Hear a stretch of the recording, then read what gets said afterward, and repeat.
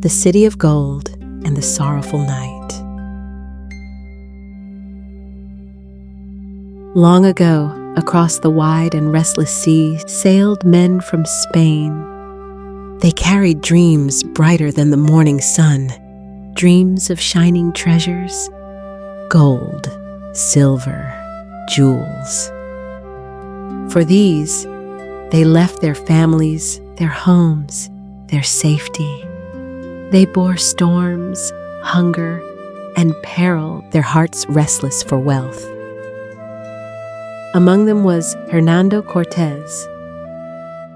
Born to a wealthy home, trained in law, yet his spirit was wild and his heart thirsted for power. At 19, he fled across the ocean, seeking adventures beyond books. He was bold, a master of men, but fierce and often cruel. Gold stirred him as it stirred others, yet so too did adventure and command.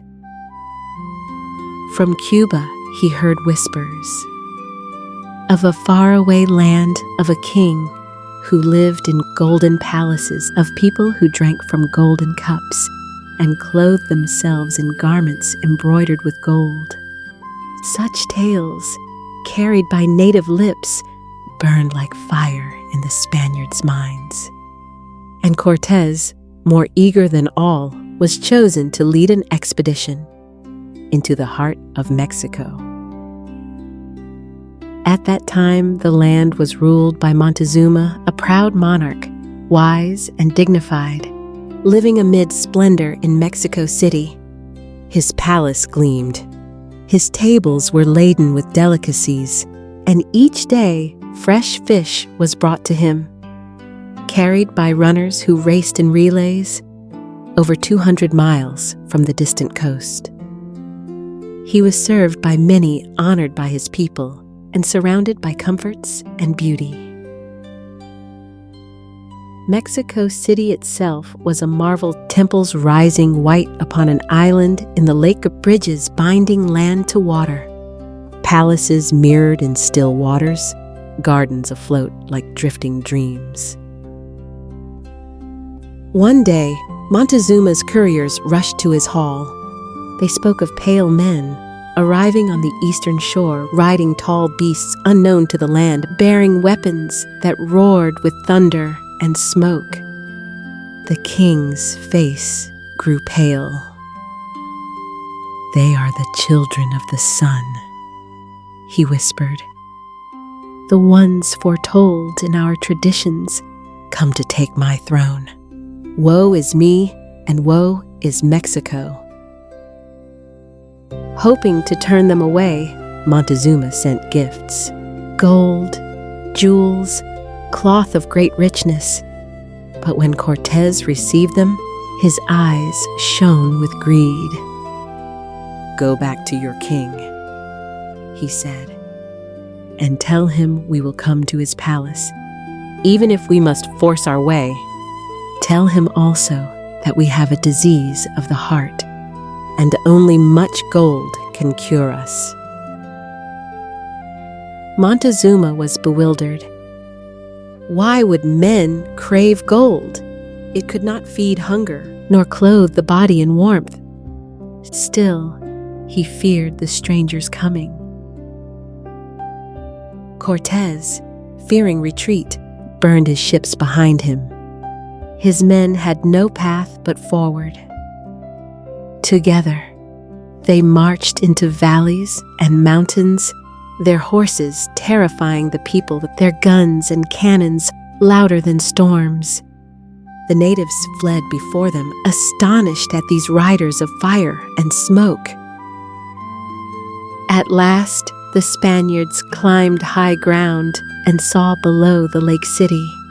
Its white buildings gleamed on the water, its palaces and temples reflected in the blue.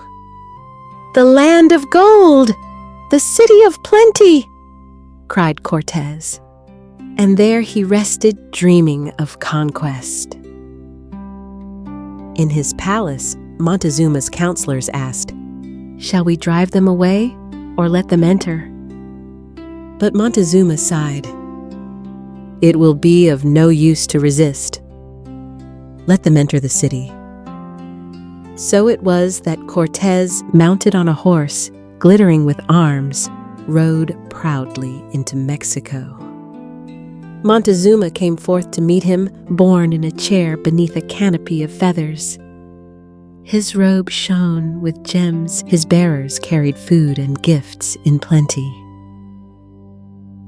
Alas, poor Montezuma! He hoped kindness might turn them aside, but Cortez's hunger only deepened. The Spaniards were given freedom of the city. They walked its bridges, measured its defenses, took note of stores and weapons. They climbed the temples where priests prayed with offerings of human lives. Cortez declared he would force them to abandon their gods and accept the faith of Spain. Arrogant, demanding, he took what he pleased. Weeks passed. The people grew restless. They longed for the strangers to leave, but the Spaniards only demanded more gold. Cortez felt unease. He was a man standing on a volcano, waiting for its fire. Montezuma, trembling, urged Cortez to depart, but worse was yet to come. Drums turned to screams, and peace was broken forever. By night, the Spaniards tried to flee. They crept along the bridge, but were discovered. Then Mexico rose. From every street, from every canal, came warriors with spears, arrows, and stones. They cut away the bridges, they swarmed the waters. The night echoed with cries and thunder. The Spaniards staggered, many drowning in the lake, dragged down by the weight of gold. They would not release. So heavy was their greed that it sank them into silence. Cortez himself escaped with few men, but the ground behind him was dark with loss. That night became known as La Noche Triste, the sorrowful night. Yet Cortez did not surrender. He gathered men from Cuba and Spain, and after a year returned. But Montezuma was no more, slain in the turmoil of his own people. In his place ruled Guatemazin, brave and steadfast. For 3 months he defended the city, but hunger grew. The Spaniards pressed harder. Temples burned, gardens withered, the lake grew dark with struggle. At last, the city yielded, and Mexico, once proud and beautiful, fell into the hands of strangers. Thus, the Spaniards won their gold and their power, but the heart of an ancient people was broken. The white palaces stood silent. The lake reflected sorrow. Yet listen closely. When the moonlight brushes the waters, the lake still sings. It sings of Montezuma's pride, of Guatemazin's courage, and of the gardens that once floated like dreams. Gold may glitter for a while, but the true treasures, songs, memory, and the spirit of a people shine forever like stars over a sleeping city.